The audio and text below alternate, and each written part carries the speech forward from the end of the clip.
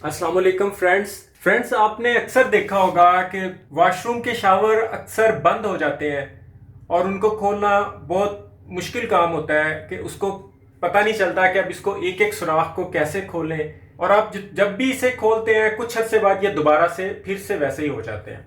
तो आज हम इसका बड़ा आसान सा हल निकालेंगे। आपको कुछ ज़्यादा वाली मेहनत नहीं करनी पड़ेगी और ये शावर भी खुल जाएगा। अभी मैं आपको इस शावर को चला के दिखाता हूँ कि इसके किस तरह इसके कुछ नोजल्स बंद हैं और कुछ आधे खुले हुए हैं, जो जिनकी वेव बिल्कुल सीधी नहीं है, जो इधर उधर भी जाते हैं और आपके बाथरूम के अंदर मुख्तलिफ जगह पे वो पानी पड़ता है और आपकी चीज़ें ख़राब होती हैं। मैं आपको इसे खोलने का तरीका बताता हूँ। ये बहुत ही आसान होता है।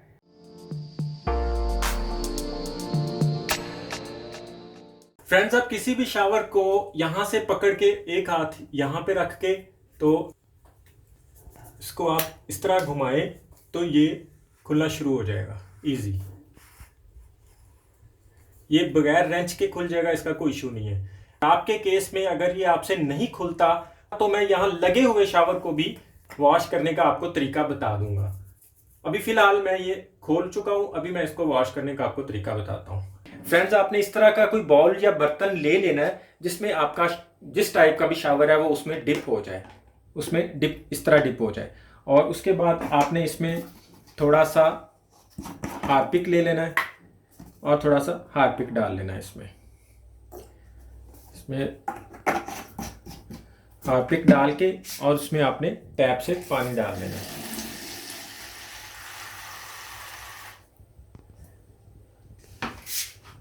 उसके बाद आपने अपने शावर को इसके अंदर डिप कर देना है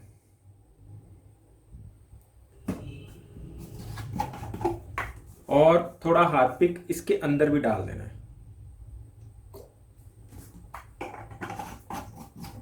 और थोड़ा हिला लेना है, अंदर वाला हार्पिक भी मिक्स हो जाएगा। अगर आपके पास हार्पिक नहीं है तो आप यही काम विनीगर से भी कर सकते हैं। आप इसी तरह विनीगर में इस शावर को डिप कर सकते हैं। अभी फ्रेंड्स, आपको कुछ देर इसमें डिप करके रखना पड़ेगा। अगर आपने थोड़ा हार्पिक यूज़ किया है तो ज़्यादा देर डिप करना पड़ेगा, अगर ज़्यादा हार्पिक यूज़ किया है तो फिर ये कुछ देर के लिए डिप करना पड़ेगा। अभी हम इसे 10 से 15 मिनट के लिए डिप करके रखते हैं और फिर देखते हैं कि इसकी क्या कंडीशन है। 5 से 7 मिनट हो चुके हैं, मुझसे ज़्यादा इंतज़ार नहीं हुआ। मैंने कहा देखते हैं कि इसका क्या सीन है। तो अभी ये बहुत हद तक तो ठीक हो चुका हुआ है। तो अगर आपने इसे अगर और जल्दी ठीक करना है तो एक अदद टूथ ब्रश लेके इसको एक दफ़ा इससे भी क्लीन कर लें। वैसे तो ये कुछ देर पड़ा रहे तो ये इस टीथ ब्रश की ज़रूरत नहीं पड़ती इसे, अदरवाइज़ हम लोग थोड़ा डीप क्लीनिंग कर लेते हैं। कोई 5 मिनट के लिए और इसमें डिप कर देते हैं। फ्रेंड्स, इसी तरह ही आपका बाथरूम में जिस तरह ये शावर के साथ होता है, इसी तरह हैंड शावर के सुराख भी इसी तरह ही ब्लॉक हो जाते हैं। तो आप इसी तरह इसको भी इसके साथ अंदर इसके डिप करके रख सकते हैं किसी तरह, या कुछ देर पकड़ के रखें या वैसे किसी तरह इसमें डिप करके थोड़ी देर 10-15 मिनट के लिए इसको भी डिप कर दें तो ये भी साफ़ हो जाता है। और इसे भी आप ब्रश की मदद से इस तरह साफ़ कर सकते हैं खोले बगैर। अगर आप इसे इस तरह डिप नहीं कर सकते तो यहाँ से इसका पेच खोल के इसे यहाँ से निकाल के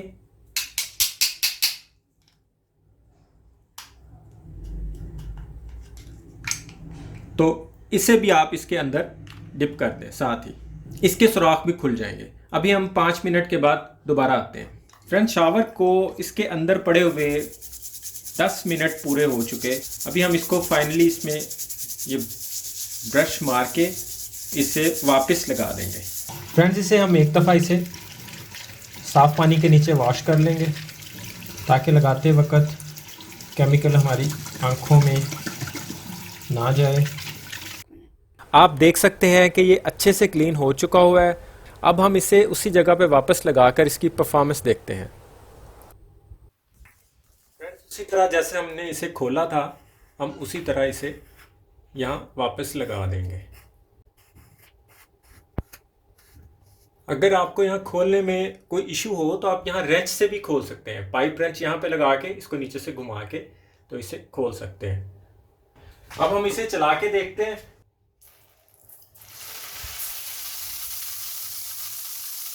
फ्रेंड्स, इसकी जो बंद नोजल्स थी वो भी सारी खुल गई हैं और ये जैसे ही थोड़ी देर और चलेगा ये और मजीद ठीक हो जाएगा। इसका एक और मेन मसला आता है कि ये जहाँ पे लगा हुआ है यहाँ से खुलने का इशू हो जाता है। बहुत दफ़ा ये पाइप टूटने का खतरा होता है, इसलिए लोग नहीं खोलते इसको। मैं यहाँ पे लगे हुए को वॉश करने का आपको तरीका बताता हूँ। हमने पानी में हार्पिक को डाला है, हमने इसे शॉपिंग बैग में डाल देना है, लेकिन एहतियात से शॉपिंग बैग लीक ना हो। और फिर हमने इसे इसके साथ लगा के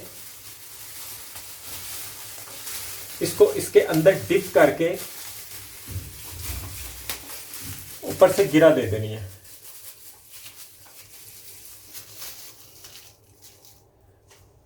बट मेक श्योर कर लेना है कि शावर के अंदर जो आपका केमिकल है वो उसके अंदर आपका शावर डिप हो।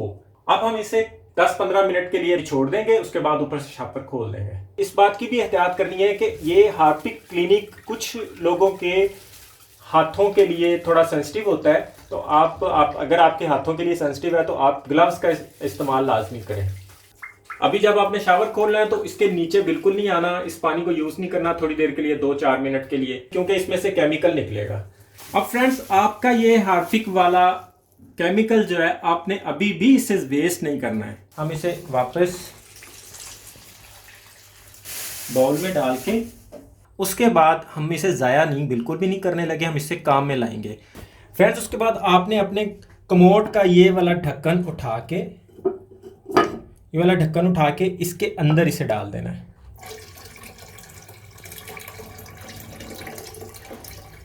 नीचे से थोड़ा सा रहने दें क्योंकि इसमें नीचे कुछ हो ना तो वो, और इसके अंदर डाल के आपने इसे बंद कर देना है। अब जब भी आप कमोड का ड्रेन यूज़ करेंगे, ये हार्पिक मिक्स पानी आपके कमोड के अंदर जाएगा और आपका कमोड अंदर से भी क्लीन करता हुआ आएगा। इसी तरह आप हार्ड हार्पिक है वो इसमें थोड़ा सा कभी कभार डाल दिया करें और फिर ड्रेन कर दिया करें। उससे ये होगा आपका ये कमोड का इंटरनल सिस्टम भी क्लीन हो जाया करेगा। फ्रेंड्स, वीडियो पसंद आई हो तो लाइक कीजिएगा, दोस्तों में शेयर कीजिएगा और मेरे चैनल को सब्सक्राइब भी कीजिएगा। आज के लिए इतना ही। अपना और अपनों का ख्याल रखिएगा। बहुत बहुत शुक्रिया। अल्लाह हाफ़िज़।